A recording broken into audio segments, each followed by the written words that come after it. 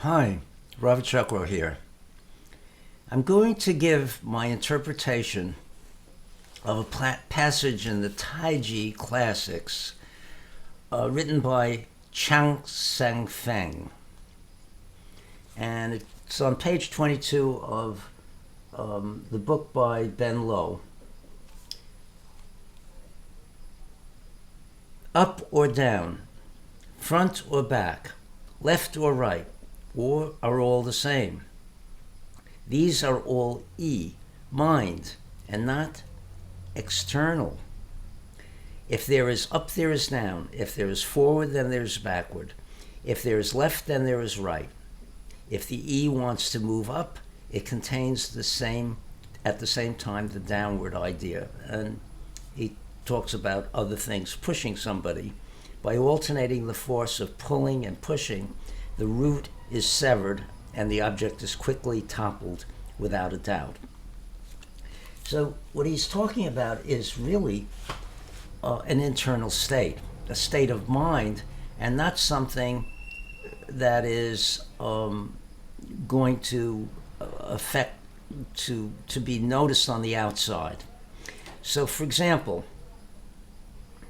let's take a few different situations. Here is a coil spring, and the coils are all touching each other. If I pull it apart, I have to use both hands, or I have to secure one end to something rigid. There has to be two forces, one in one direction and the other in the other direction, to counterbalance for this to be stable. Otherwise, I'd just pull it apart. And the force of my hand on the spring is also counterbalanced by a force of the spring on my hand. That's called action and reaction. That's always there. You can't exert a force on something without it exerting a force back. So for example, if I push a person, let's say I'm really pushing hard, they will feel that force of my hand on them, but I'll feel the exact equal and opposite force of their body pushing my hand up back toward me.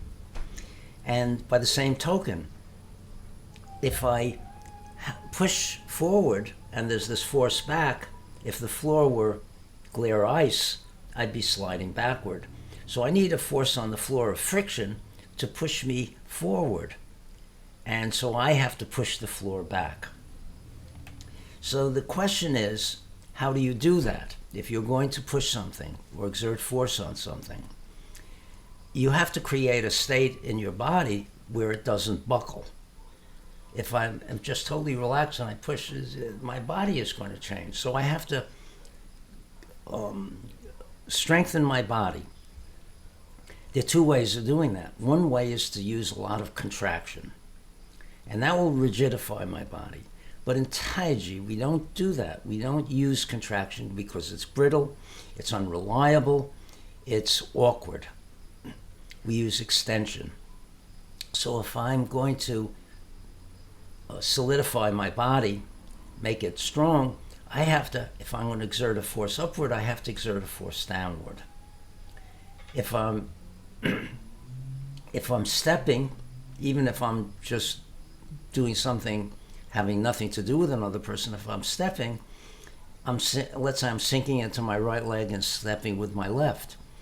Internally, I'm extending my head upward and my right foot, the one I'm shifting into, downward. That's an internal force. The floor won't have a different force on it because I'm doing that. It's internal, it's counterbalanced. But that creates a column of support for that stepping. So all the time, there is always this internal yin-yang. The down is the yin, the up is the yang. I'm just talking about the vertical now. And that helps for stability and root and the ability to exert strength. And we have to use strength no matter what. Any movement we make requires strength of some magnitude. So what applies to a large amount of strength will also the same rule will apply to a small amount of strength. So there's always the opposite within the body and also externally.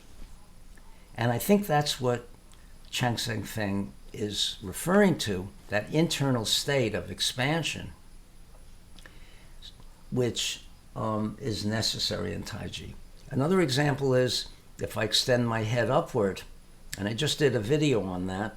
If I extend my head upward by opening my spine and extending it, not by contracting to straighten those curves, but by opening to straighten them, my head is pushed upward, but my sacrum, there's a downward force on my sacrum, and they talk about that too.